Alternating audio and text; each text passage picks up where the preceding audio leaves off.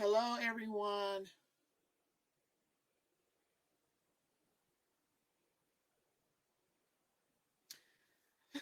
Hello, everyone. This is Terry coming back at you for my live at 5 on Sunday. And so, if you are getting ready to chime in, I do appreciate it, or you can always watch this video later.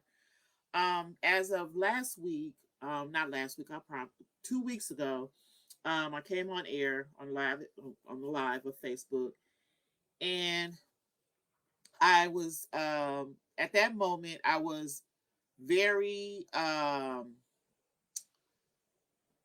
emotionally tied to what happened with the election, right? As the world had recently found out that Trump became president.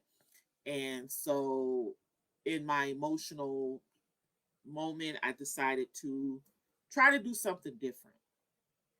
And so, that difference is not just for myself, but for everybody, is to, as I learn, I want to pass on that information or just things that I know or just, opinions or whatever I have going on. I just want to share. So, initially, last time I met with you guys, I was talking about symbolic racism. Okay. And again, just to kind of reiterate real quick, symbolic racism is a form of cognitive dissonance. Okay. Which means that in the country that we live in called the United States of America, there is a black and there's a white. There are those in between, but the main group is white and black, right? Or black and white. And so it's that historic separate but equal kind of mindset when you cannot be separate and equal. You just can't do that. And so the reason why I wanted to come on Facebook, I know a lot of people do their thing, but this is the reason why I wanted to come on Facebook is because I just want to, for those who may not know and those who do know, I just wanted to say that, there's so many misconceptions and that a lot of us have grown up, went to public school systems. Some people went to private, good for you.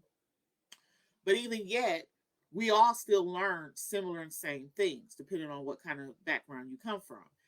But one of the catalysts that we primarily know is slavery happened a long time ago, which is true. It did. It happened a long time ago. But the problem is we still living on a plantation, if that makes sense. And what I mean by that, and as we're clearly starting to see again, because this keeps repeating itself. The more you try to sweep things under the rug, the more things keep piling up. And it keeps on coming back around again. And like I said before, if we don't know our history, we're doomed to repeat it. Now, that's not my saying. That's a saying that goes way back. And but it's true. It's a truth. And so the thing about the word ignorance is not the insult, it's the lack of knowledge, right? So when people hear you're ignorant and they're like, I'm not ignorant, ignorant means lack of knowledge, right? So if you don't know something, you're ignorant to it. It just sounds bad, right? And it doesn't have to be bad because it doesn't take nothing but a second, especially in the times that we live in now, to go on like smartphones, Google, libraries. I mean, there's so many ways to get information, but making sure where you get that information. So here's the thing that I like to do. I work a lot. Most of you know that I work a lot. I go to school. So I like to relax. And when I relax, I like TikTok. I get a kick out of dark humor. That's just who I am as a person, right? I have to separate myself from the profession that I am.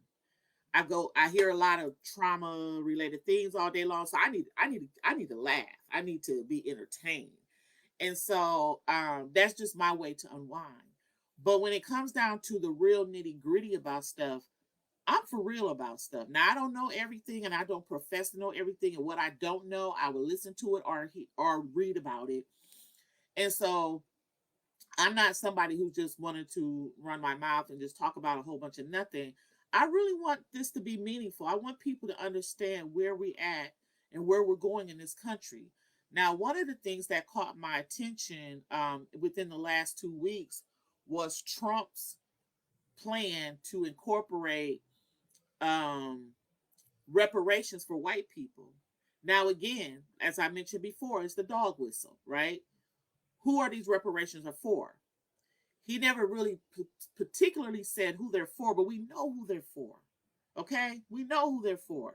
Because his ideal is if a white person is offended, if they're easily offended, so if they're offended by something that's being taught about racism, DEI, or any kind of thing that's going on now, they have the right to file like a EEOC or discrimination, which is unheard of. And I knew I had a conversation about this when I was studying racial trauma a while back. I was studying about racial trauma, and I was saying, you know what?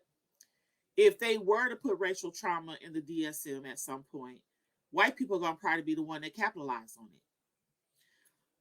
The thing about it is not saying that we do, and this is why a lot of us have some serious mental health issues, is that as much as we try to be strong and bold and courageous, and that's stressful.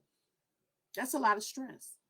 And so while we're, in and out every day, walking amongst these other group of people, and we feel and we know and we experience racism, we cannot continue to tuck it under our belts and say, well, that's just how they are.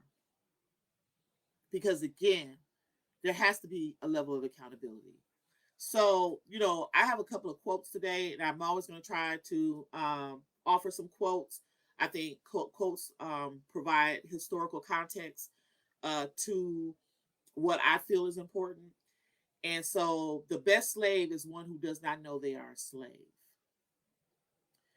And there's more than one type of slave. And so, today I'm going to talk about the slave of capitalism.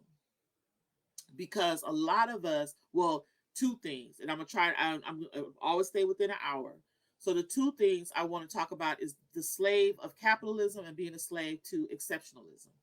Okay, and what that pretty much means. So we kind of know what things mean on the surface level, and I'm gonna kind of keep it on the surface level.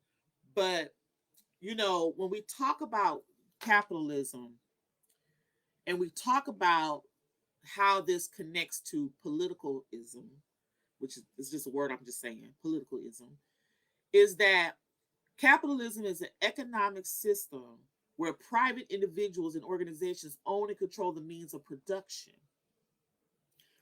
But this is what we're seeing now if we're not paying attention.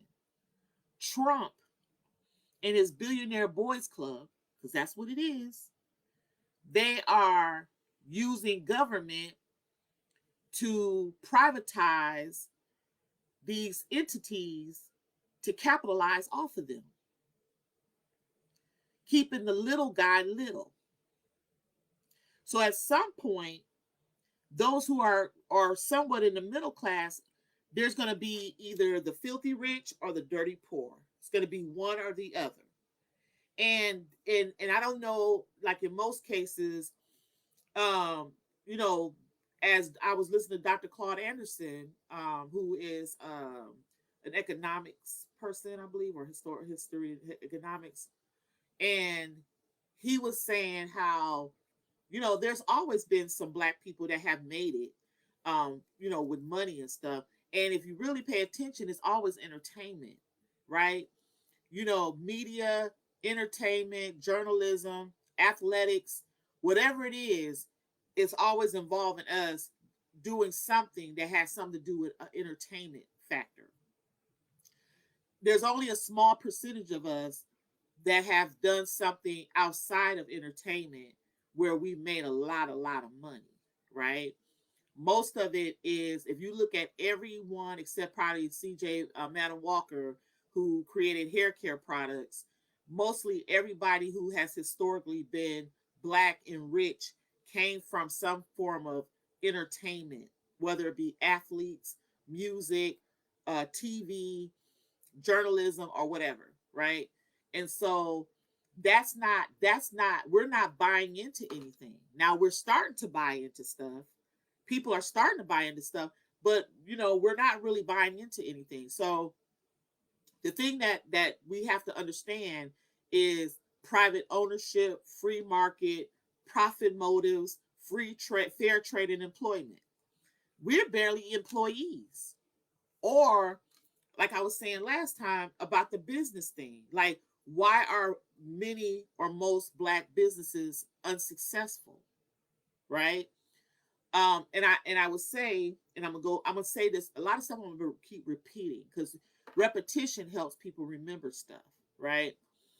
So when we are consumers and we're not owners, and one of that is the delayment of slavery. We were owned, and although we built this country, we created, invented everything, we never got the credit that we deserved or the money to gain wealth. And so we're still on late start. We're still a late start group of people. So when now we're looking at the last 3 years, and so this is the danger. And I was looking at welfare for a minute, so I'm kind of I apologize if I'm jumping around.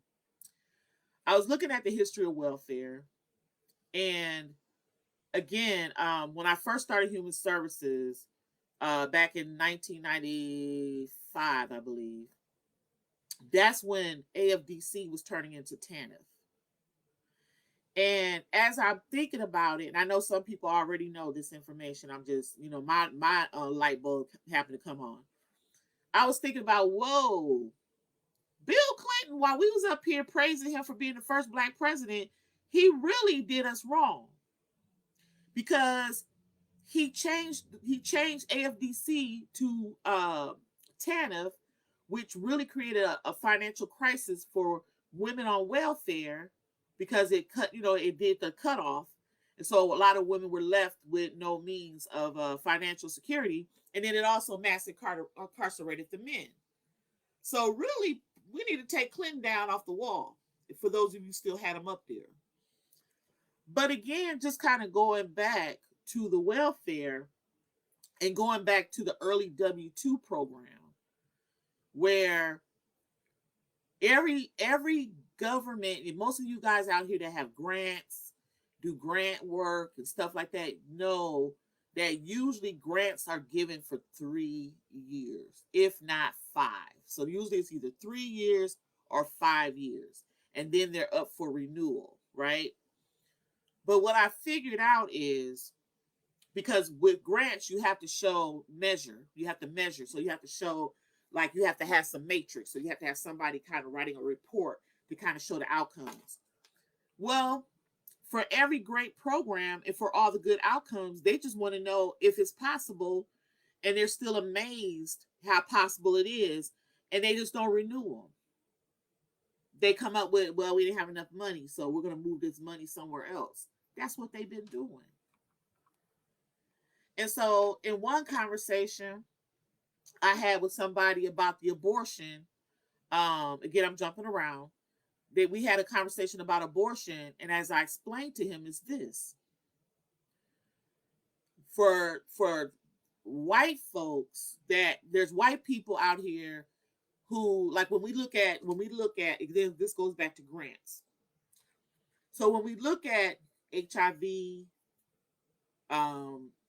birth rate numbers, abortion numbers, all those kind of numbers, those numbers come from grants reports. So if you got minority people, primarily minority people, utilizing abortion clinics that are grant funded, like Planned Parenthood, or you're going to clinics that are grant funded, or you're going to doctors and you're on a grant, state insurance, everything is going to be documented as such, because they need to have a matrix of how much is going, what kind of services are being done underneath these different federal umbrellas, right? So they had to keep a number of going. But for people who have money and credit, they can go get an abortion, give them a credit card or pay cash, and you'll never know. So when the people are saying, you can't always go by numbers either. And I've learned that too. because the numbers are deceptive because, again, white people can go somewhere, pay cash for an abortion, and it'll never be counted.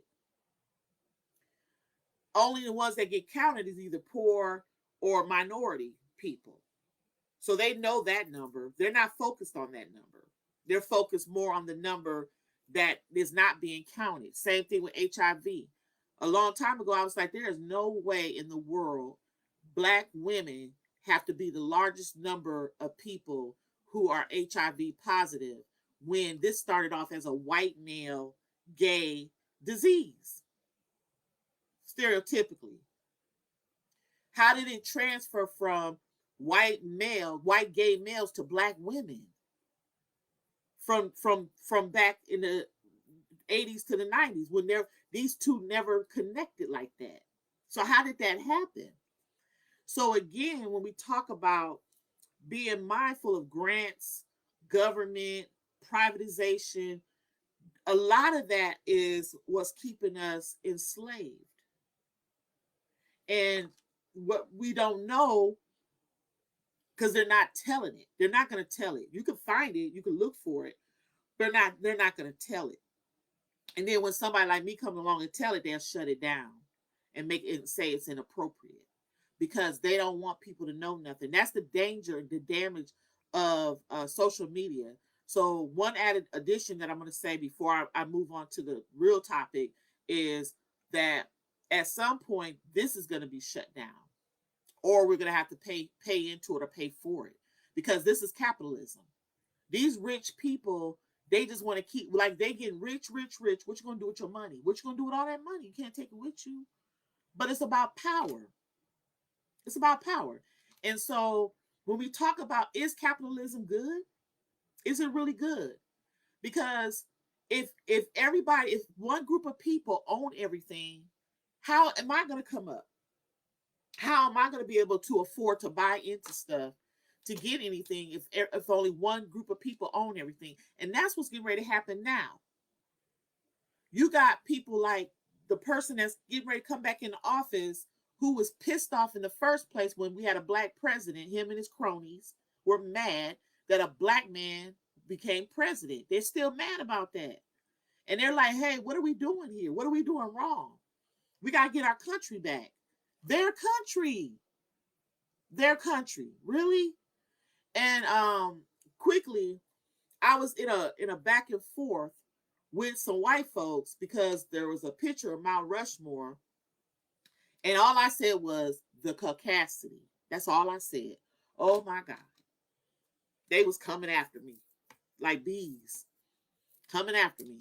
And I was just like, don't come for me.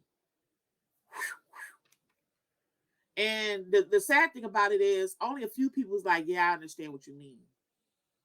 But the caucasity is still to this day that these people they put their faces on a mountain that did not belong to them.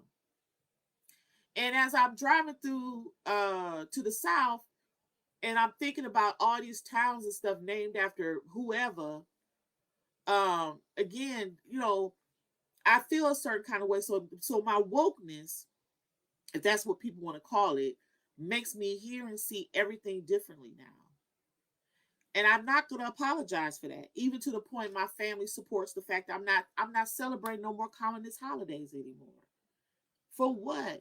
I could cook dinner any day of the week for my family, and we can sit down and eat together. We do that anyway. And if I want to invite other family members over, I can just do that anyway. But I'm not no longer acknowledging colonist holidays, because that's not only a disrespect to my indigenous brothers and sisters, but it's also a disrespect to my ancestors. Believe it. What contributions did we have for Thanksgiving, Christmas, 4th of July? What? 4th of July, 1776, when they were signing the Declaration of Independence, we were still in shackles. We still had to wait almost 100 years later to get free, and still weren't free after that. We're still not free. We're still not free. And one of the things I wanted to share, when we talk about racial double standards and appropriation and exceptionalism. When you go back in history, like I said, history repeats itself. The Greeks took the Egypt stuff. They stole Egypt. They appropriated everything from Egypt and made it appear to be their own. And the Europeans are still following that playbook. And we still humbly let them. And I don't know how much black people got to take before they start saying no. I'm not saying go out here and beat up people. I'm not saying that. All I'm saying is there has to be a little bit more effort done to stand up for ourselves, as to we just can't sit down on this. Okay. So kind of going, let me so one of the quotes I also pulled up was James Baldwin. Not everything that is faced can be changed, but nothing can be changed until it is faced. That's what I'm talking about. We march. We protest. We boycott. What has changed? Nothing has changed. And as I was driving to and from Gulfport, Mississippi, which is like a long ride if you don't know, I thought about, I'm in a vehicle. I can't even imagine being a part of the Underground Railroad. That makes me not want to give up. I've been knocked down, but I get back up because I know if Harriet can do it and all these other people who are doing it, I can do it too. I refuse to give up. So this is a starting point, and actions are taking places as I speak too.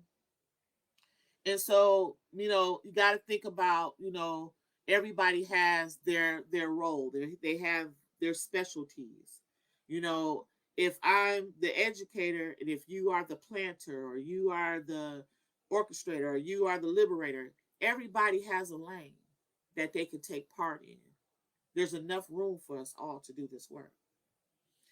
And so when I talk about democracy, and I did this last time I said democracy, we don't have democracy. We have to stop saying we and us. We're not them, and they are not us. And it's not all of them, and it's not everybody, but it's enough that we need to be more attentive to what's really going on. And I say this respectfully, like I said, I started off saying tonight, I like to unwind. I have dark humor. I like to watch TikTok. Honestly, I do because it's funny. It's hilarious. The stuff that I watch on there, everybody got their own picks and choose. But what I watch is entertaining. But I'm not captivated by it. It's not influencing me. Okay, it's just entertaining me. But again, I'm gonna say this pretty much all the time. We have to stop being entertained and we have to stop being distracted. Almost. So, like I'll say, 80% of the time, I'm in the books, right? Reading, writing, whatever. 20% of the time when I'm unwinding for the day, I'm doing something else. And so I say this as a message, as a community, not a leader. I'm saying this as a community member. We need to do better. And we have to take what's going to happen seriously. We have to. Even, let's say hypothetically, nothing happens. Suppose we just blowing smoke and we still got some stuff to do. We still got work to do. We still got a lot of work to do. Because little do we know, as I use the analogy of the wallpaper, the wall's foundation is the same. The paper is changing, but the foundation of racial, systemic, structural white supremacy is like the stilts that the houses sit on in Gulfport, Mississippi, strong and sturdy. What is it going to take to break that down? Because right now they're pissed. And think about it. See, if some of y'all don't know this, when I was working for Milwaukee County, I got written up for saying white. Now that sounds unbelievable, but it's true. I got written up because I offended a white woman that I worked with who's offended me every day. By the way, every day I was offended. But when I said something back to her one day, oh, I was under investigation and all this other crap was going on. And so when I heard Trump say that white people are going to be allowed to get reparations for times when they're offended, that brought back my racial trauma of being written up for something I did not do. Because again, they're allowed to feel safe. When have we been safe? We've never been safe. And we see this all the time play out. And the thing about it is, take him at his word when he says that police officers are not going to be acquitted in the future for shooting down people. And it's going to be us against them. And to be honest, it's always been us against them. It's always been that way. Nothing has changed. You can still go into all white societies. They still exist.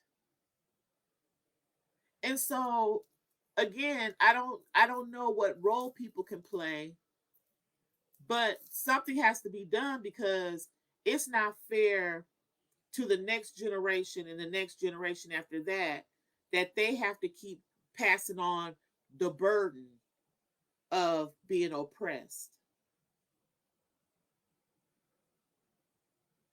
What is the point? During that little episode of the caucasity comment, it kind of was funny, but not funny, that one of the things that one of the people said was, you need to leave the country then. I'm like, oh, they still saying that? And go where, ma'am? Where am I going? Because this is my country. Right? So that stuff, it's still out here. And again, if you have not experienced it, good for you. But it also may say something about either you tucking your tail underneath your butt, or you are able to, you're not in a position to experience that, or you're not a threat to them. And that's just being for real. So going into the racial double standards, my curiosity was like, whatever happened to the effing around militia?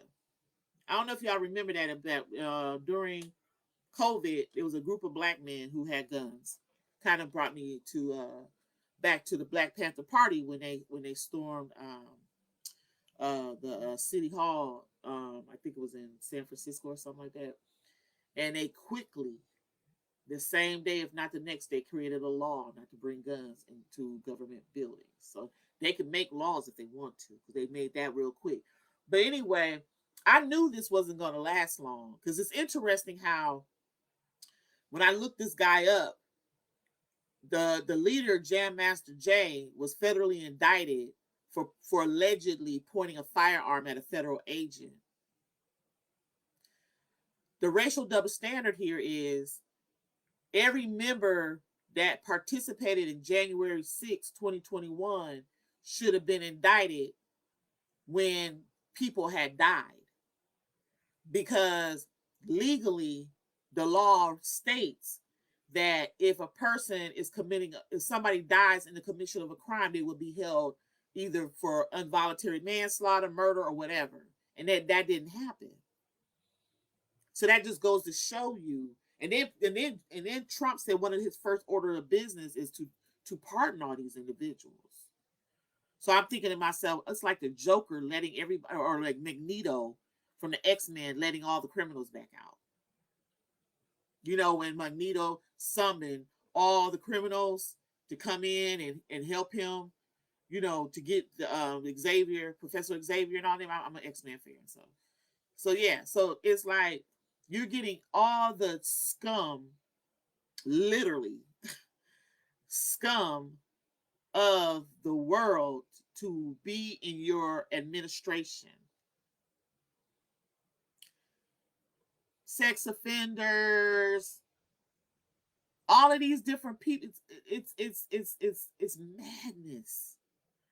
Here you have a people who call themselves Christians, and they're supporting the most unchristian person ever. I don't understand. And I'm not trying to understand because I don't have that much space in my head to try to understand that nonsense. I really don't. So, according to law, anyone who is in a commission of a crime and there is a death as a result of criminal activity will be charged with that crime. So we have Jam Master Jay, not from Run DMC, who allegedly was supposed to have pointed a firearm at a law enforcement officer or whatever. He got 7 years. 7. Nobody died. Nobody got hurt. There was no fights. But here you got these people who, in the worst kind of way, violated government property, scaring the bejesus out of politicians, and a couple of officers got killed, and some of them didn't even get more than 5 years. That's the racial double standard. Exceptionalism is the ideal that a person, country, or political system can be allowed to be different from or perhaps better than others. So keep in mind, when we talk about exceptionalism, we're not talking about African Americans. We're talking about who the United States of America represents as a people. Now, if we want to assimilate, we can be added into that, but you got to be a good old boy or girl in order to do that. You can't be me, because I'm not going to bite my tongue. I'm not. Like I said before, I owe too much money to be quiet. This right here got to be executed. And that's that. So, in pursuing these differences, it is helpful to differentiate between 3 types of American exceptionalism that shape both ways the United States citizens look at the world and the ways the world looks at them. So, again, right now, I was watching a video. I think it's somebody in France. They're laughing at us.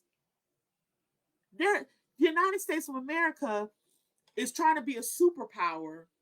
And I already know what this is going to look like somewhere down the line, because, you know, I have the ability to see the future. Yeah, right. Because I don't have the ability to see the future. The future is right in front of us. The future actually was back then. You know, like, again, nothing. I don't know the future.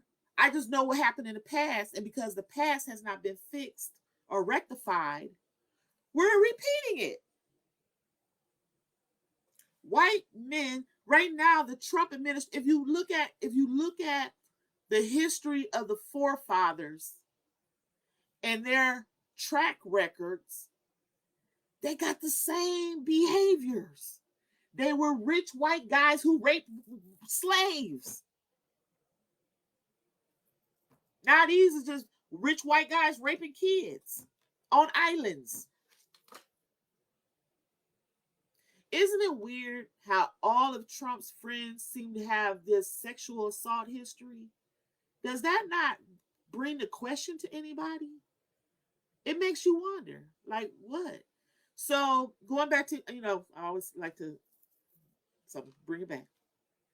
So the misunderstood exceptionalism is how American values and attitudes that many in the United States as well as abroad regard as part of the problem, though there is little evidence to support the contention. Misunderstood. What about our values? You know what? There was never values. Let's be clear. The same rhetoric. There was never values. The same people are in the same playbook. Read the Notes of Virginia by Thomas Jefferson. Same playbook. The Notes on Virginia by Thomas Jefferson. Same playbook. Conditional exceptionalism. Aspects of the American character that are distinctive, but not so much that they are destined to consistently divide the American people from the rest of the world. These include values and attitudes that are products of the times or subject to the course of events and the influence of American leadership. So, again, the conditional exceptionalism, the condition of. So, our leadership is dangerous and unpredictable. And then the last one is problematic exceptionalism. How Americans view themselves, their country, and the world in the ways that reflect potentially unbridgeable, persistent gaps in opinions on important issues. Again, within the 2 weeks' time, when watching different commentaries and podcasts and all these different news stations and things of that nature, there's only a few people on the white side that says this whole election was not based on race and gender. That's a problem. Everything in this country is based on race and gender. Everything. From the 19th Amendment giving women the right to vote. So we're talking about 15, 16, 17, 18, 19, 19 when women got a chance to vote. That's why white women so pissed still to this day, because black men had a right to vote before they did. They still pissed. They like somehow the epigenetics of being pissed off has continued to flow through the generations. Ditto for us too. I'm sure we got some epigenetic pissed off genes as well, because the same thing keeps happening over and over again. So, who are we? So, 2 weeks ago, I said about the youth, the kids, how we're raising them, right? So, long time ago, not too long ago, but long enough, the grandparents used to tell us stories. I don't know about y'all, but the grandma, granddad used to tell us about the good old days.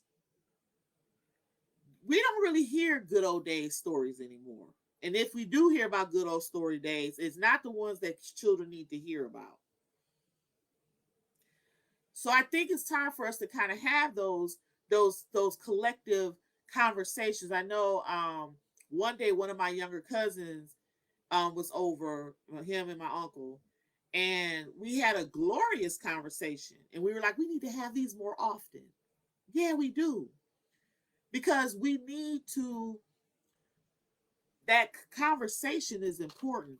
And I know when I went to Ghana, and when we were further north from the coast, because like the further you go up, actually the better it is to me. I don't know. I think going into the villages is better than being in the city. But when you go up there, they had this like little area where you all sat around in a circle, and they in the like a griot or the wise person, they talked to you, they educated you about the history of the tribes. Loved it. We need that. We need more of that. We need that. And so you know, when we talk about identity, we cannot have our children work on their identity when some of us grown folks don't know our own identity. We around here 50 years old trying to be 20 instead of embracing our wisdom and our maturity. So let me get back on subject because I only got 20 minutes left and I just got 20 minutes left. So I don't know if you guys remember this. This started probably back in 2020. It's called replacement theory. Fear of a black planet as to why each system from elementary to adulthood has forbidden black success. So I'm going back to, again, kind of recircling myself back to symbolic racism. The fear is always fear, right? And I had a pulled an acronym for fear. I don't know where it's at. I had pulled an acronym for fear. Oh, false evidence appearing real. I forgot where I got that from, but it's not mine. Um, and I have that under exceptionalism. Another thing I have under exceptionalism before I move forward, um, in this last incident, again, I wasn't team Kamala Harris. I wasn't team Kamala Harris, but I wasn't not team Kamala Harris. Okay, let me be clear about that.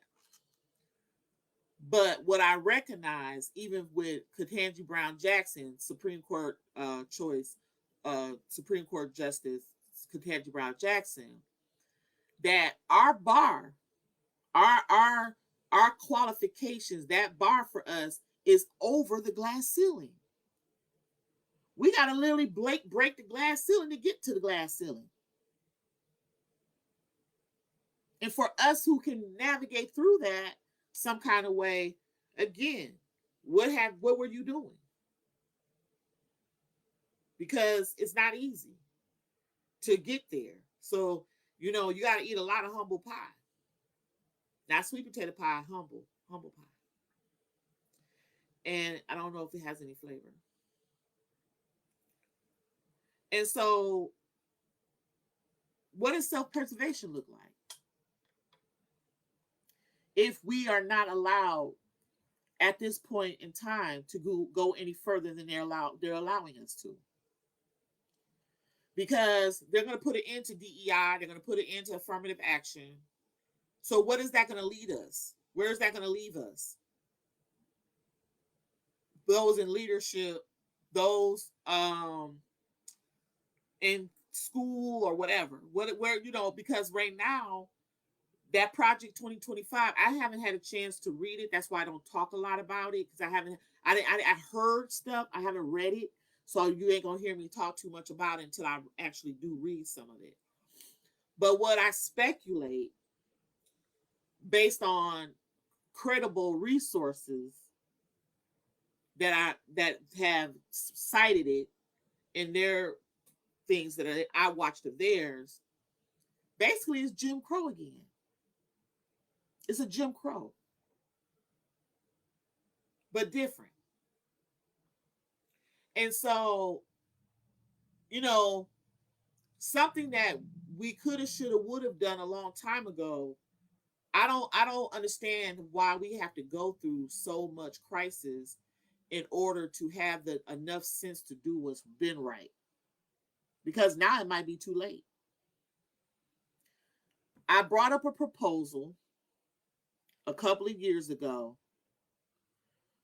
to people I know that are in the Christian community, asking or just making a suggestion like, why after all these years the church or the churches combined never opened up a credit union. The credit union could have opened up a grocery store. The grocery store could have did, it could have been a ripple effect of an economic infrastructure. Now, historically, I know that, and I know this now to be true as well, white people will find a way to destroy you, even if they have to use your own brothers and sisters to do it. They do it. But we can't keep, we got like the Harry Tubman. If you hear the dogs, keep running. If you hear the barking, keep running. Just we have to keep running. 400 years later, we're still running. And when people fix their mouth, because they used to say this to me, it ain't always about slavery. It ain't always about racism. Yes, it is. Hello, wake up. It is. And I'm not, and this is the thing I'm saying. I'm not saying racism has prevented a lot of stuff from happening, but it's prevented enough stuff from happening, including accountability. Because you cannot have a system and you cannot have a racist structure without the mechanics.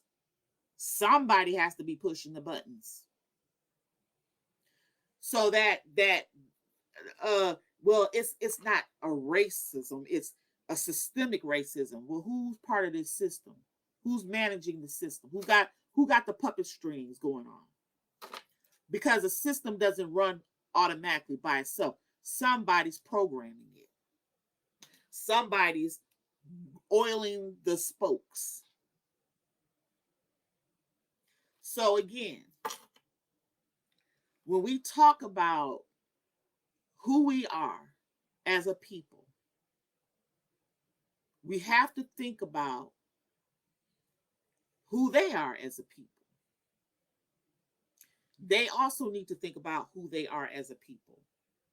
Because as I conclude, get ready to wrap things up, going back to the racial double standard, another racial double standard is they don't like to be generalized as one group of people, but yet they'll fix their mouth to say all black people. And then be like standing on that. Like black people. Then you say white people. Oh, white? You can't say white. Well, what should I call you then? Because you sure in the hell are not Caucasians. Sorry to break the news to you. That's another misconception. That then, I don't know where people came up with that Caucasian mess. Well, I do. I do know where it came from. But for it to keep, why do white people want to be called Caucasian? Because the science behind it was the Caucasus Mountains. And the Caucasus people are not even white. They're Armenian, Turkish. They got color. Syrians, the people that they've been trying to bomb away. It's hypocrisy. It's incredibly remarkable how demented they are. And our integration is making us demented too. As Dr. King said, he ran his people into a burning building. It's time for us to come out that building. Time for us to come out that building, y'all. We have to, I know of people who would trust them over our own people.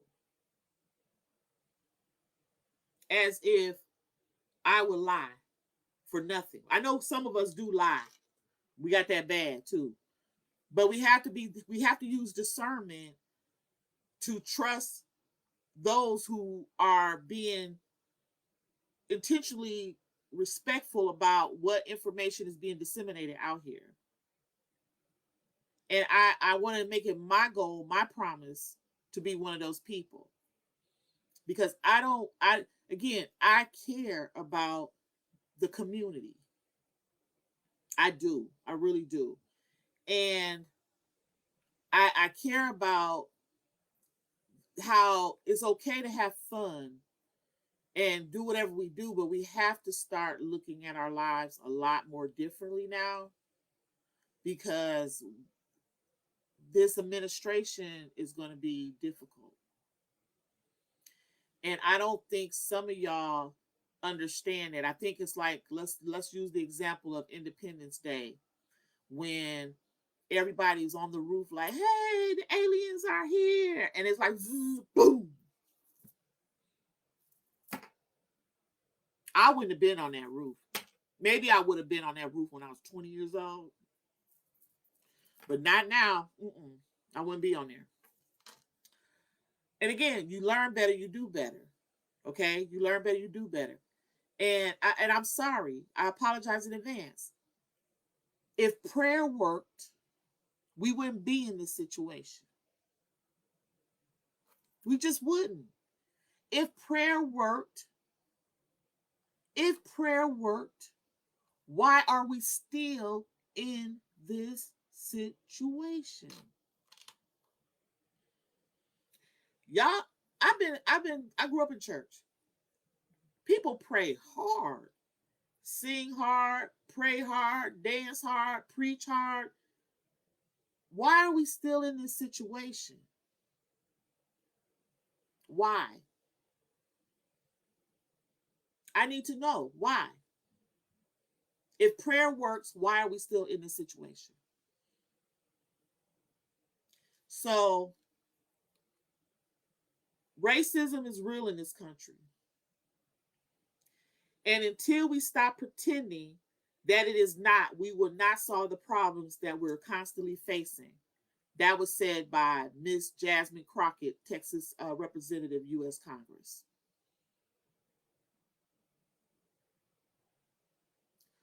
We have to do better.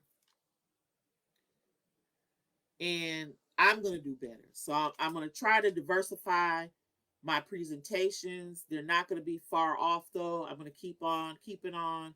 Again, I feel this is important information. What they say, if it don't apply, let it fly. But again, I want to be intentional.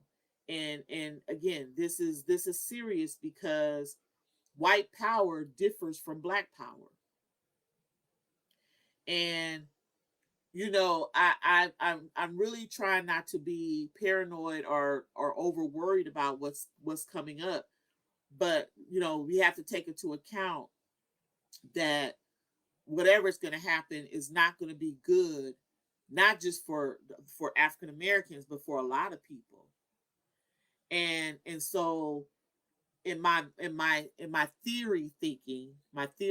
theoretical thinking, I envision the white people kind of standing on top and then watching all of us fight each other for the crumbs. And they're like just throwing money around like, ha ha ha, look at them fools. And then we're trying to, instead of us coming together to get them, we're trying to still become them. Because capitalism makes us believe that.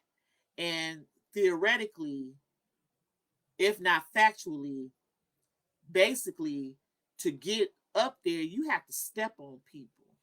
You have to deceive people. You got to lie to people. You got to cheat to get up there. You have to do some dirty stuff to get rich. You got to. Because capitalism is not easy to get here in this country. Because if it was, we all would have it. We would have it. If it was really easy to get capital, we will all have it. There's more people trying to get it than people who actually have it. And it's a secret club. It's a secret society. And whoever these Mr. Bigs are, everybody don't get a membership. And we all know that.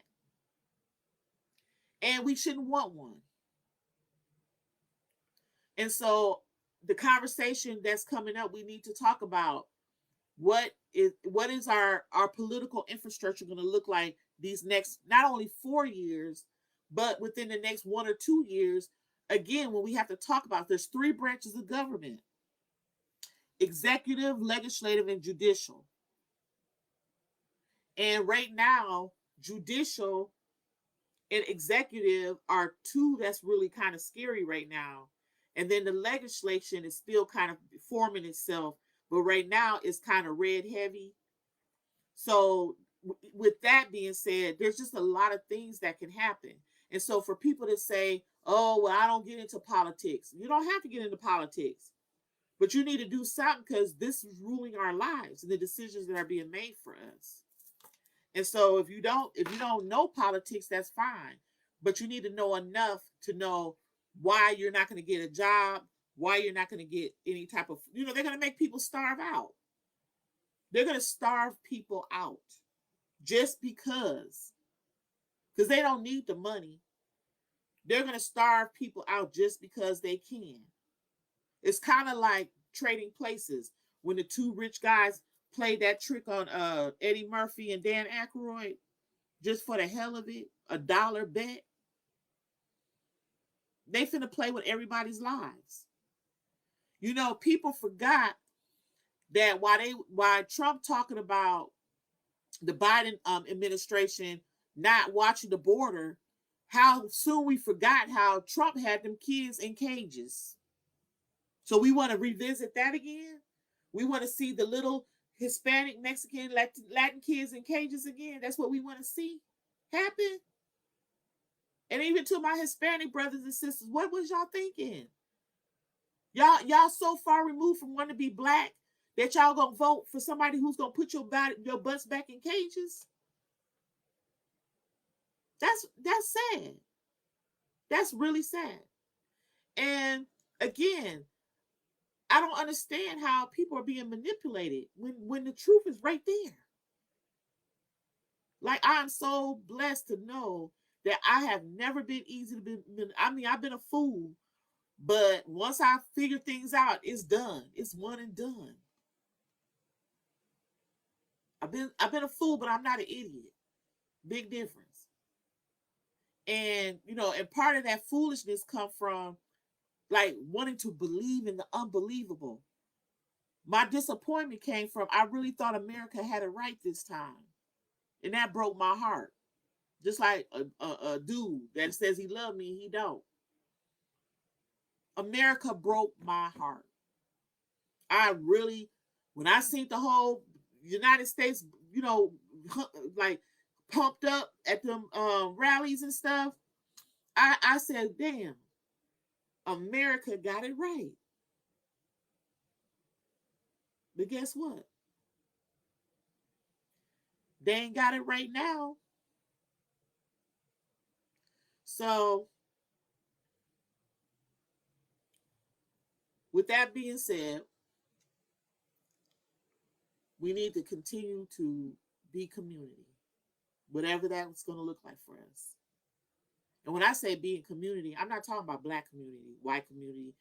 I'm talking about community, United States American community. I don't have a country to go back to. This is my country. This is my home. So whatever, you may not agree with me. I may not agree with you, but we are a community, and we have to settle our differences in the way we need to settle them, so that this country can be better than what they keep selling us on. This country's never been good, and that's the facts. Especially depending on who you asking. This country's never been a good country. They got a list of all kind of medical health care services across the all over the world. They robbing us. They robbing us to care for us. They feeding us garbage, and then they robbing us medically because the garbage that we eat is causing high blood pressure, diabetes, and everything else. Capitalism. That is capitalism. Privatizing medical, pharmaceutical, food, all of that, so they can do what they want to do with it. And then now that Trump, and I didn't even get on him putting all these fools in these different leadership positions, it's gonna be a hot mess. FDA is gonna be led by Hulk Hogan or something like that. I mean, and Kid Rock, who he gonna be over the Department of Defense or HUD? Oz, Dr. Oz, Dr. Phil, Oprah need to go grab them. Oprah, go get your boys. But I'm gone. So my time is up. I'm at 59 seconds before it's time to leave. But again, I just wanted to talk about that today and kind of vent my frustrations, and I'm glad I have the space to do it. And so this week is coming up. Tomorrow's Monday. So I wish everybody a great week. Be safe. Um, and just enjoy life and look at the bright side. So talk to you guys later. Peace out.